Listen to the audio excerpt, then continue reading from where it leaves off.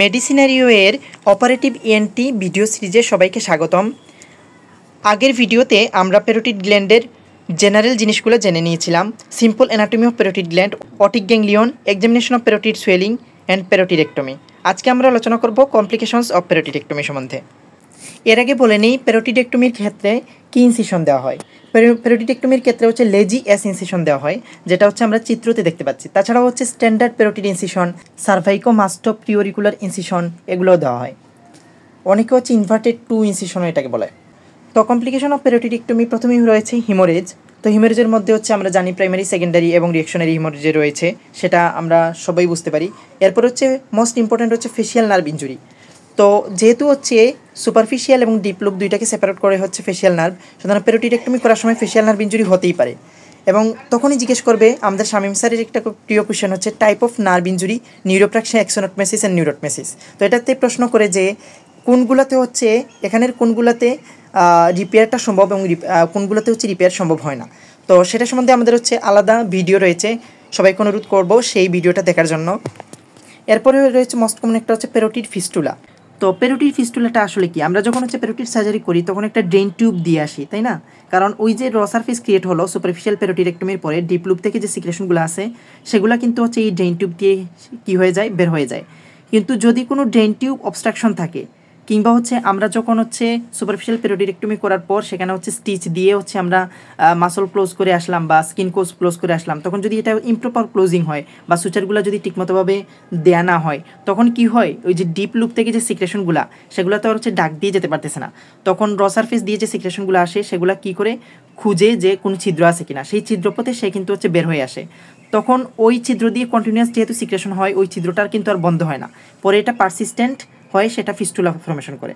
তাইলে এই ফিস্টুলা হওয়ার কারণ কি? যদি ড্রেন টিউব অবস্ট্রাকশন হয় কিংবা হচ্ছে তার ইমপ্রপার যদি ক্লোজিং হয়। তো এই ড্রেন টিউবটা সাধারণত আমরা অ্যাটলিস্ট 3 দিন রাখি, কিন্তু কোনো কারণে যদি অবস্ট্রাকশন এটা ডেভেলপ করে বা তাড়াহুড়োয় সেলাই দিতে গিয়ে যদি সমস্যা হয়, তাহলে ওই সিক্রেশন কিন্তু বের হয়ে যায়, আর তখন হচ্ছে হিলিং হয় না, পারসিস্টেন্ট এটা ট্রাক্ট রয়ে যায়, আর পরে এটা ফিস্টুলা হয়ে যায়।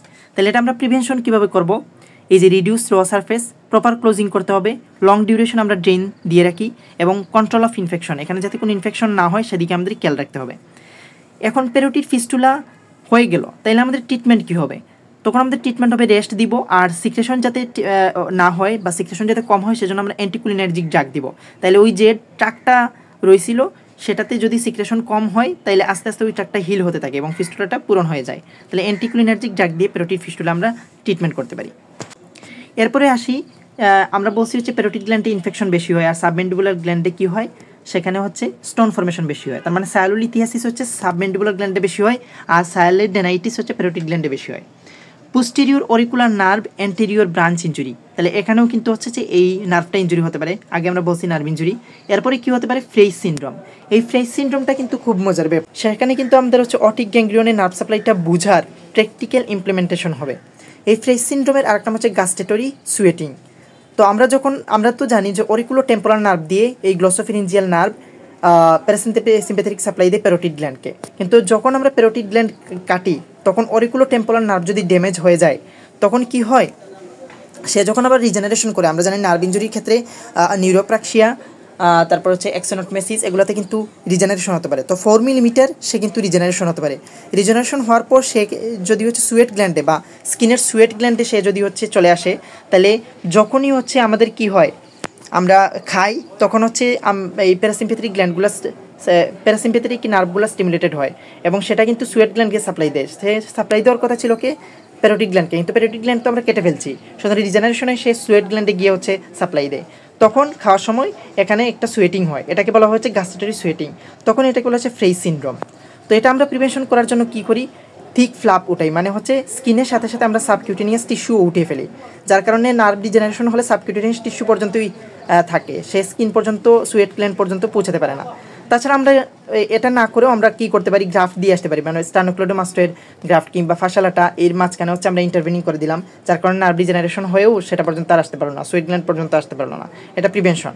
কিন্তু ফ্রেইস সিনড্রোম যদি পারসিস্টেন্ট হয়ে যায়, তাহলে ট্রিটমেন্ট কী হবে, আমরা বোটুলিনাম টক্সিন ইনজেকশন দিতে পারি, যাতে হচ্ছে নার্ভ এন্ডিংয়ে তার হচ্ছে কোনো নিউরোট্রান্সমিটার না থাকে বা নার্ভ এন্ডিংটা যাতে কাজ করতে না পারে। কিংবা আমরা জানি গ্লসোফিরিঞ্জিয়াল নার্ভ, যে টিম্পেনিক প্লেক্সাস দিয়েছিল মিডল ইয়ার ক্যাভিটিতে, সেখানে টিম্প্যানিক নিউরেক্টমি আমরা করতে পারি, কিংবা অ্যান্টিপারস্পিরেন্ট যেমন অ্যালুমিনিয়াম ক্লোরাইড, এটা দিয়েও আমরা গ্যাস্ট্রাইটিস সুয়েটিংটাকে আমরা ট্রিটমেন্ট করতে পারি। তো এটুকুই ছিল প্যারোটিডেক্টমি সম্বন্ধে। ধন্যবাদ সবাইকে।